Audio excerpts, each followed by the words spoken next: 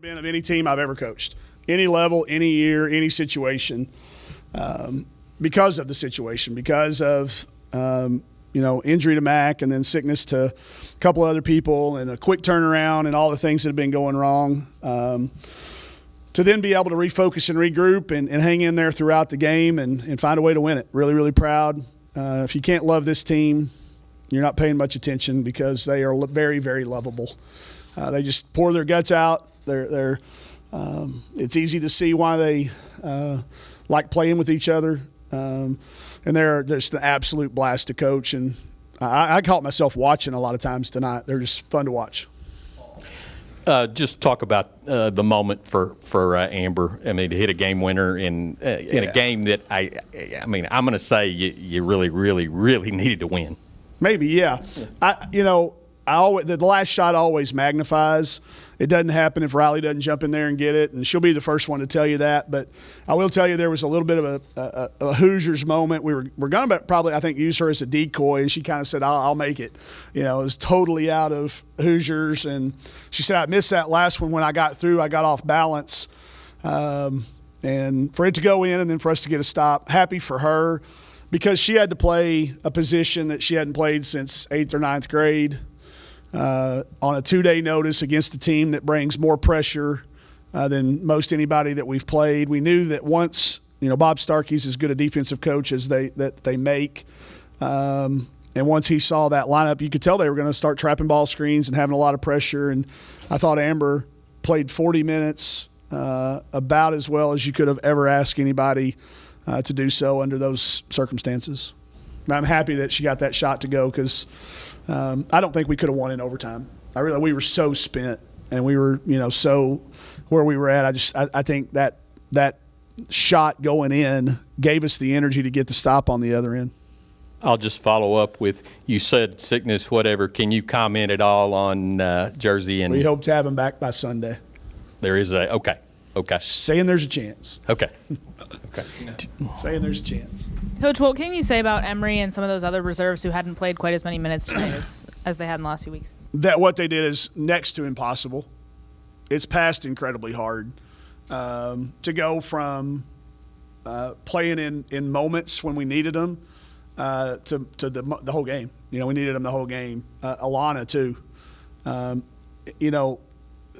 All three of those kids, Ashlyn, Emory, and Alana, when we recruited them, they knew what we were doing and when it was going to happen.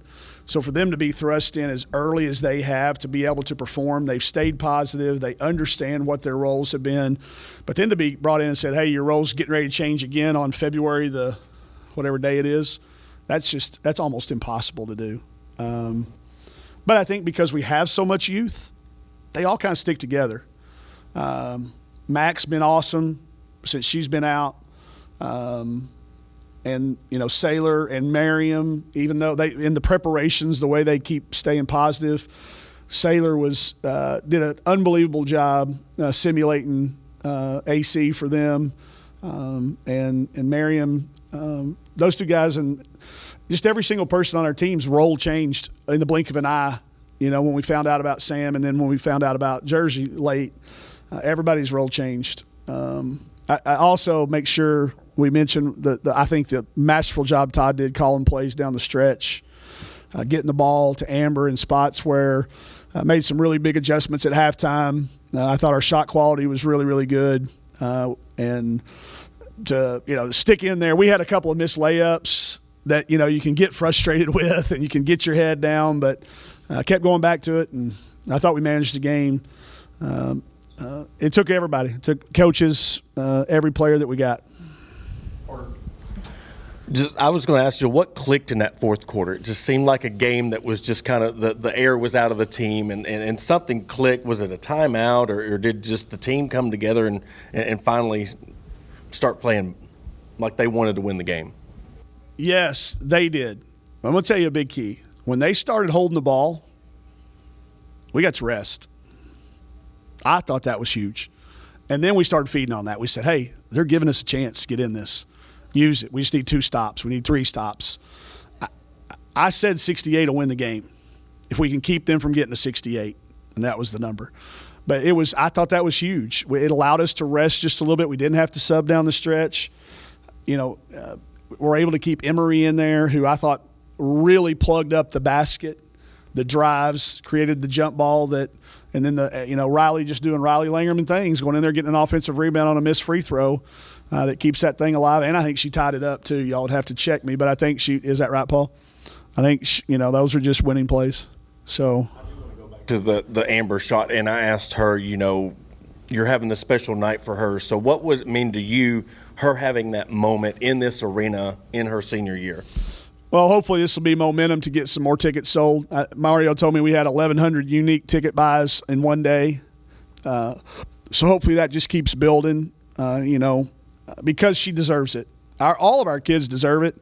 This is for Chelsea. This is for Slocum. This is for everybody that we couldn't do it during COVID. I think we would have probably broken one of those records for UConn or Baylor, but we couldn't. But for people to rally around, for Jalen Williams to tweet out about it, that just meant so much to our kids. And I think we'll build on that. And the next time we play in here, I hope it is just packed out.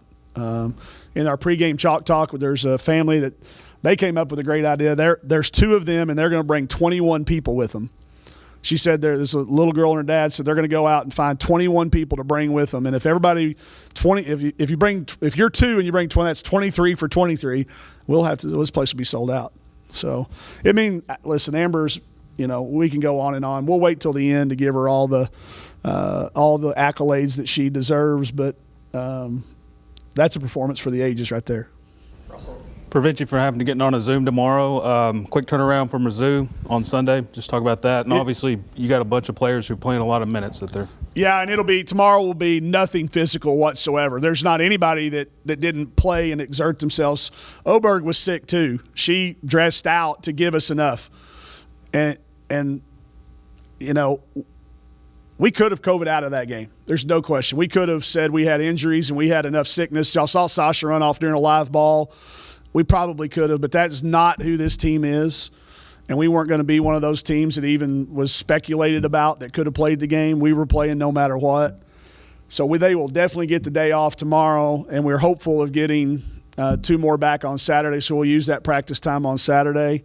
But this is why they got 3 days off when we got back from A&M, because we knew what we had ahead of us. So it looks like now maybe that was the right decision. But tomorrow will be we'll probably watch a lot of highlights from tonight.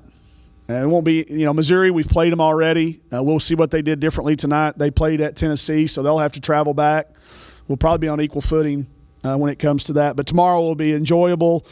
It'll be really, really light. There will be no physicality whatsoever. A lot of rehab. Simone Rush is the most important person in the building tomorrow.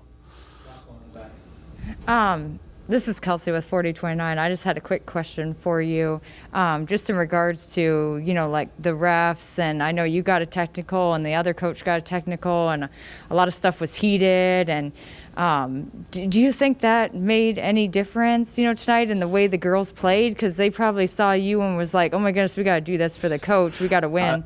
I was emotional, more so than normal, for sure, because I thought we needed it tonight. I don't think they've needed that in the past. I think they're being more calm has been that. But I thought tonight this particular group needed to see us fight. And I think Johnny will say the same thing, that we were just fighting for our teams. I've worked with Johnny. I've got the utmost respect for Johnny and Auburn. And it was an important game for both of us. So it was my first technical of the year, and I said I was going to do everything I could do to go the full year without it. But I 100% deserved it. And I appreciate the referees talking me down and letting me stick around and see the end of it, because there for a minute I wasn't positive that was going to happen. The big game is finally here as we hit Super Sunday with the last game of the football season. From scored, totals, player performance props, to where the next fired coach is going to land, BetOnline is the #1 spot for all things NFL betting in 2022. And with the new year comes a new updated desktop and mobile website. Sign up today and receive your 50% welcome bonus on your first deposit. Just use our promo code BELIEVE to get started. That's BLEAV. UFC. And it's not just football. BetOnline's basketball, hockey, boxing, and UFC odds coverage is the best in the business. From sports right down to your favorite Vegas casino games, BetOnline is your #1 online wagering destination. BetOnline, the fastest and easiest way to wager on all your favorite sports and play your favorite games. BetOnline, where the game starts.